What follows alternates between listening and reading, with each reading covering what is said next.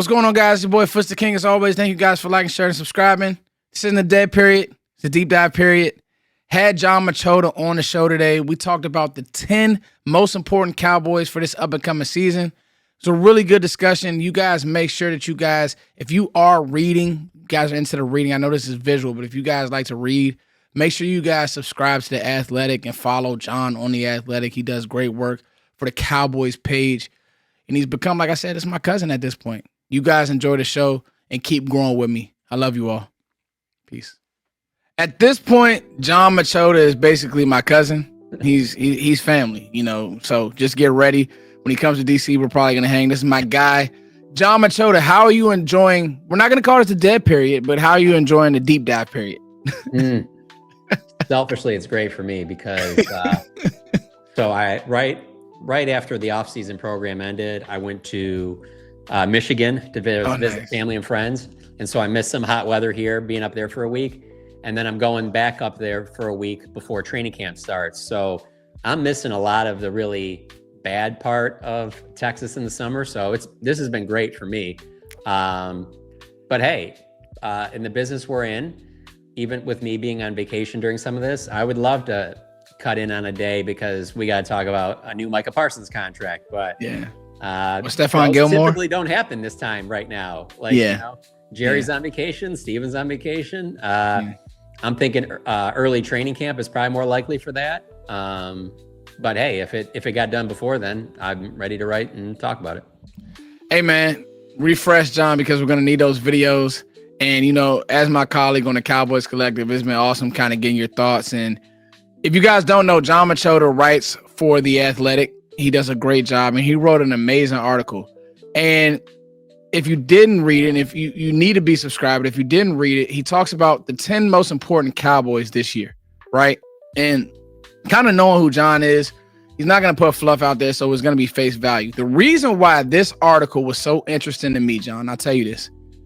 I thought it was so interesting because I went back and read last year's article, which you referenced in this piece. And I said, okay, you would obviously, most people would think Dak Prescott won. And so I went back and I said, who did John think that were the 10 most important players from last year? And you know what, John? None of those players who you had high played well, including Dak Prescott. So that's why I said, like, this wasn't an article or a piece or a topic that we can even take for granted this year, John. And so what I wanted to do was I wanted to take a slight look back, but then I also wanted to kind of challenge you on the ranking, right? Because I have some guys that I say, okay, maybe, but should he be higher and because? So what I want to do first is let's just talk about the list and we'll go. So you went Kenneth Murray at 10, and that was interesting. We'll talk about that. You went Kyer Elam at 9. Terrence Steele at 8 was really good and really interesting. Mozzie Smith at 7. George Pickens at 6. That's one I want to fight you about. And that's just my philosophy. CeeDee Lamb at 5. This is this year. Deron Bland at 4. You went Tyler Guyton at 3. Interesting, John. Very interesting. Micah Parsons at 2. Dak Prescott at 1. John, when you're putting together this piece, why did you rank certain people certain places? I'll start with Tyler Guyton.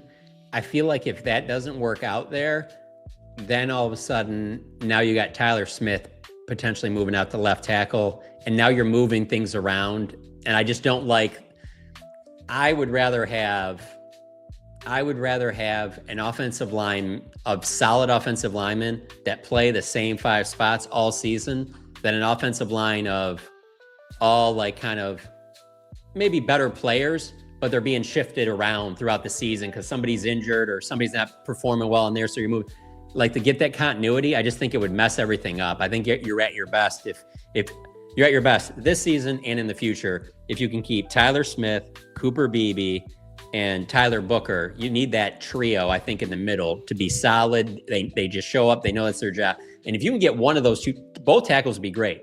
But if you can get one of those 2 tackles to fit in there too, and you're only worried about one other spot, I think you're in pretty good shape. Now, obviously, in a perfect world, you'd love for all 5 to be outstanding. I just think if Guyton was to be subpar, I think you'd have to move him around. George Pickens at 6. Biggest reason why is what they've done at running back. If they had done more at running back, I wouldn't even probably have George Pickens on the list. Or if I did, it probably maybe would have been around 9 or 10. But it's because they haven't done that much at running back where I'm sitting there going, well, they better be big time in the pass game. And it's got to be way more than just CeeDee Lamb. I do think CeeDee Lamb's the most important pass catcher, but Pickens has to put up big numbers too because of, I think they're going to have to throw to open up the run. Yeah. And then I think things will open up for Jake Ferguson and Kevontae Turpin and Tolbert, all that, if both those receivers are good. And then the other one I wanted to just mention is, like, at 10, it really was any linebacker. Yeah. So like I wrote in there, it could be Leafau, it could Sanborn, it could be Murray, but it's somebody who's got to right that ship, at least keep it steady until you get overshown back, and I find it very hard to believe that this will be a really good season for the defense if one of those guys, at least one of those, doesn't show up. And I do think at least one will, if not more, because I do think that will be a specialty for Matt Eberflus to get right. And I mean, that's probably going to be your leading tackler. Whoever steps up at that linebacker spot is probably going to be your Eric Kendricks of a year ago. And, there was Damone Clark a couple years ago, but that's going to be your leading tackler. That's an important spot. And so that's why I had them there. But everything else, I would say, I think people might be critical of Mazi and say he doesn't need to be on there. And the only reason I made sure that he was on there again is because of how little they've done at that one tech spot. They need Mazi Smith to be good because they haven't. I really do think that his backup's going to be Jay Toya. Yeah. So are you expecting the team that used a first round pick on a defensive tackle, if that doesn't work out, that it's going to work for a 7th round pick as a rookie? It could, but that seems like asking a lot right now. And so that was kind of the 3 that I think people would probably have the most to argue. Oh, Terrence Steele too. I just think that, if it doesn't work out, maybe Austin Richards can step up. But I just think that if this team's going to be really good this year, I think that was 5 that have started throughout OTAs and minicamp will be the 5 throughout the season. John, your 4 from last year was Tyler Guyton. He's your 3 from this year. And it's good to go back and look at this stuff because I'll tell you this, reading that article. A lot of injuries hurt that one last year, man. There. Micah missed games. Obviously, Diggs. Games. Yeah, Diggs. Yep. Diggs. Yeah. I mean, just everybody, you just like, whether it was injuries or just underperformance. I mean, even Dak, I mean, love Dak, but when you look, I've been going back and watching through every game, John, and even as he played up to that Atlanta game, it wasn't up to his standards. And there's a few reasons why. To be honest with you, forget the AFC because I think that that's driven a lot by whoever the star quarterback is because it's so loaded with quarterbacks. But if you just look at the NFC, if I did one of those lists for who I think were the top 4 NFC teams, so that's Cowboys, Niners, Eagles, and Lions. Yeah. I think it would just stand out like a sore thumb on those other 3 on how out of their top 10, how many guys miss key time as opposed to the Eagles, how few guys had injuries. Time out of their top 10. They had almost their 10 probably all season long and most importantly, all throughout the playoffs. And so I think obviously health is going to be the biggest thing with those. Health is going to be the biggest thing. And so I want to talk about Guyton. And I think that was the one that I thought was really good, John. I think you're spot on. And so Duke Manyweather and CBS wrote an article about Duke and how he's working with all 5 linemen. And he's going and he's horning on exactly what they want to do, and they're on the same page. And it talked about how Solari had Terrence Steele doing some things that wasn't to Duke's best interest or Steele's best interest. And it talked about Tyler Guyton's posture. And I've kind of been back and forth on like, okay, should Duke be running the offensive linemen? Should the coaches? And I think this is a good way to kind of like cheat. And I'm not mad at it because honestly, the film I watched, John, he's saying the right things, like his posture and, what they said that Guyton need to work on. I honestly think that Duke was spot on there. So it's good to hear that they're attacking that. And to be honest with you, John, I feel like 3 is a good spot for Guyton, but I don't need Guyton to be a Pro Bowler. He just needs to be a manageable tackle that doesn't get your quarterback killed because I think that the interior pocket is going to be really, really good.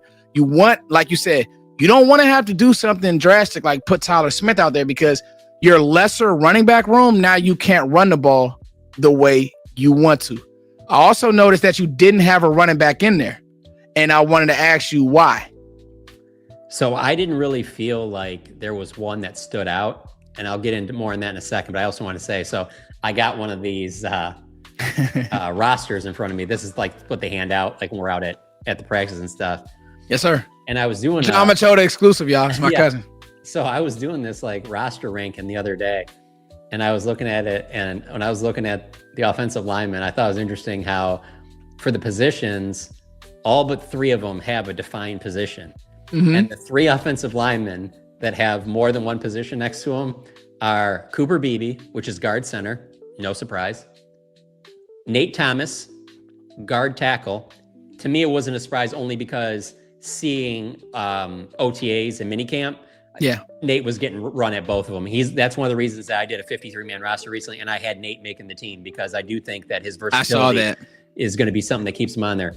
And so there's one other offensive lineman that has 2 positions, and it's Tyler Smith, and it says guard tackle. Guard tackle. And I'm like, it is. I mean, don't get me wrong. That's emergency break glass if you have to. They would love to keep him at left guard. But if it was a disaster at left tackle, you can't tell me that moving Tyler Smith out there wouldn't be in their consideration of a possibility. So that does tie in with the run game. You also have about 20 guards on this roster.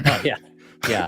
So they're going to have to trim that down a bit, which could hurt maybe TJ Bass. But a lot can change between now and training camp preseason. But with the running backs, I just didn't think that there was one that stood out. That was worthy. If they had, let's say went after a Derrick Henry in previous seasons, or if they still had Tony Pollard on the roster, your clear one, it would be different. But I can't put one guy up there.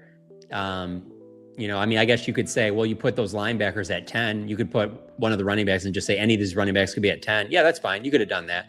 But I don't think any one of these running backs, like their success individually is as big of a deal as some of these other players, because I do think it's going to be more of a committee type thing where I don't think you really want a committee at linebacker. I think that you want to identify who your guy is. If that's Murray, if that's Sanborn, who's going to be that guy that's going to be, a tackling machine out there. And obviously you want that to be more than one. And I do think Leofau's got a good chance to be one of those guys too. But a running back, you could tell me it's Javonte Williams and he has a big year and he comes back and he's healthy. You could tell me Miles Sanders looks more like the Eagles Sanders than the Panthers Sanders. You can tell me Jaden Blue, a couple games into the season, just runs away with it and he looks awesome, But as we sit here right now, I don't even think they know for certain who that's going to be. And, that's part of the Clayton Adams selling point, right? I mean, he can make this work with his run scheme enough. And so I thought I was going to fight you, John, but the gloves are going to stay on and we're going to chill because we're in agreement with Pickens. The one that I wanted to switch, and just to add some spice to this, I wanted to switch George Pickens and DaRon Bland. And I'll tell you why. What you said, John, is spot on. I've been sitting, I've been watching, I've been looking. This past game was still some because of Mike McCarthy, and I think this offseason has turned into the Mike McCarthy pile on. We're ready for Brian Schottenheimer. Some of it was just personnel, man. When I say personnel opposite of CeeDee Lamb. Whereas I think Jalen Tolbert is a fine player, but Jalen Tolbert can't take over a game, right? That T. Higgins can take over a game.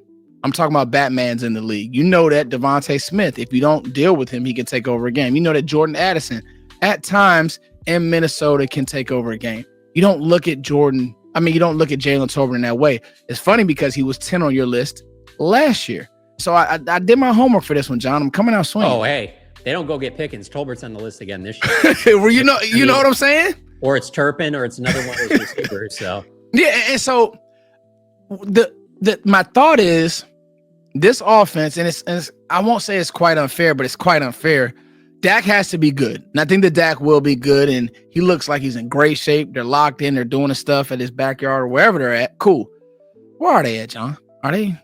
Do you know where they're at? I think they've left. They don't usually stay in the state. They've okay, so Georgia they went in the past. Okay, so they're in Georgia. I'm not sure where they went this year, but usually they leave. They go somewhere outside of the area. So And shout out to Dak for doing that in the tight end summit. And this is what you get around the deep dive period. But I will say, I think that CeeDee Lamb and George Pickens have to be so deadly, and I think that they will, that what you said, it opens up the run. I think that people have wrapped their mindset around a name at running back. And like I know, John, you got Pickens out of the Cowboys, that's probably all you're going to get. I don't think that they were going to make this move, this, grand move, a Nick Chubb or something else at running back. And I don't know if I fault them. I think that these guys, I'll be the first to say this. I think the running back room today is better than it was last year.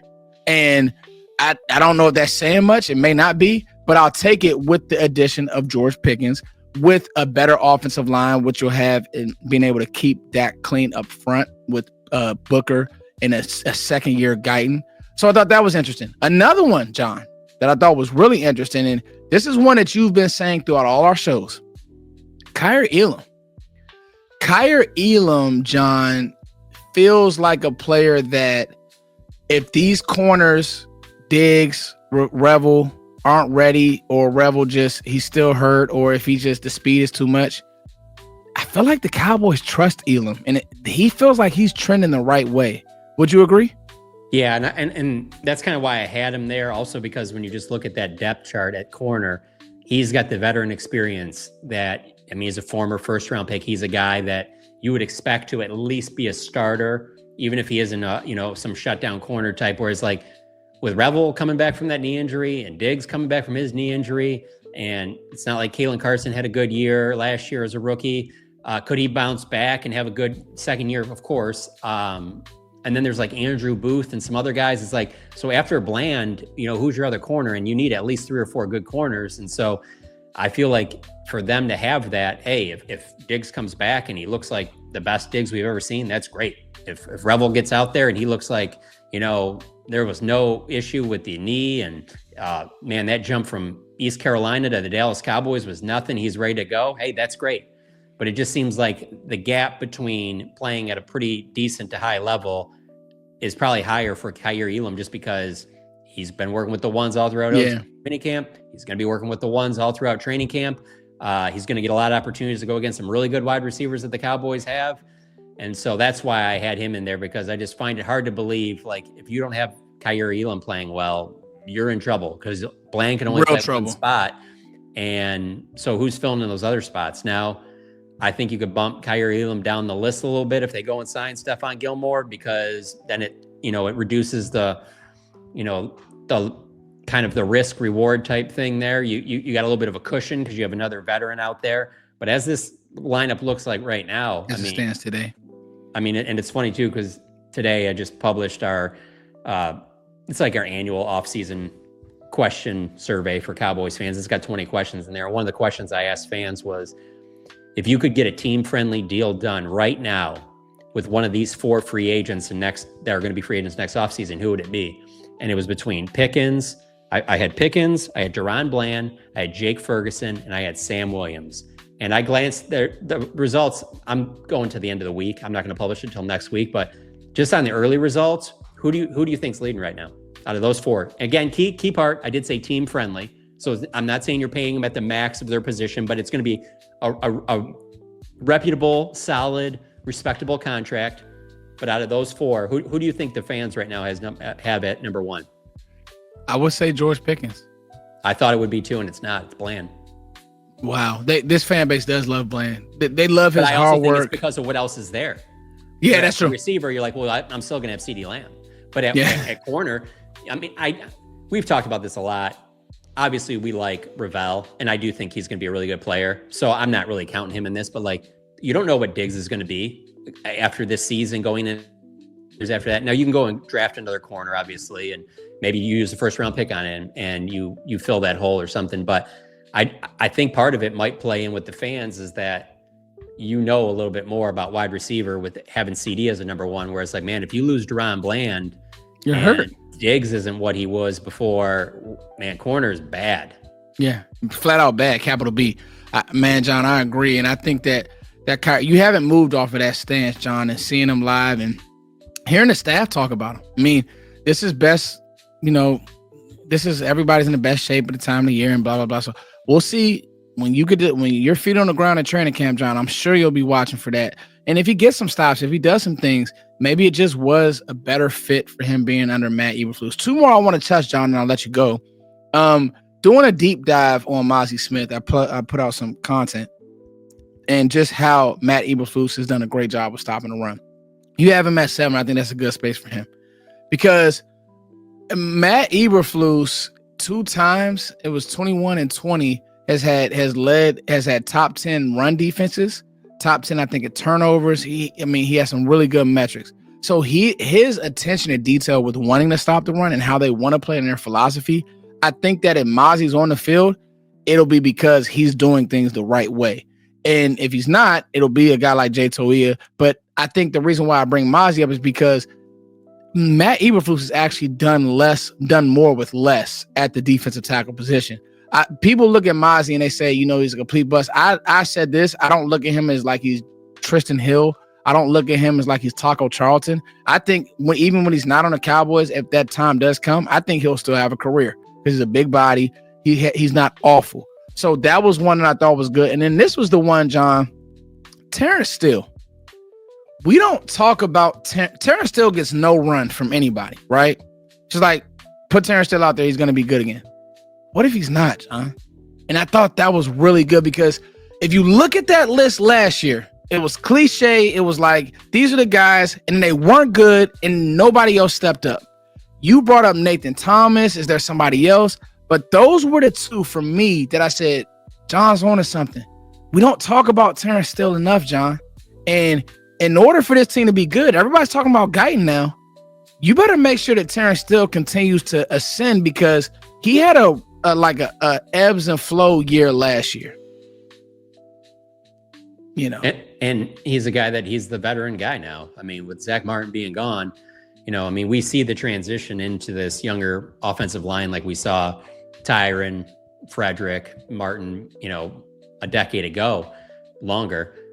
But this is now the group this young group that they have, but Steele is the one guy that's been there the longest and he's still in the starting lineup. And so that's the thing. Terrence Steele, Jake Ferguson, those are two guys that were, you could just tell at their annual home run derby that they have in the offseason every year out here in Frisco that you could tell that both of them were disappointed with how they played a year ago and they wanted to step up a lot. And I get that out of Terrence Steele and Tyler Guyton. That's why I think both of them are key. Both of them had to be somewhere in this top 10 because I don't think they don't have Derrick Henry back there.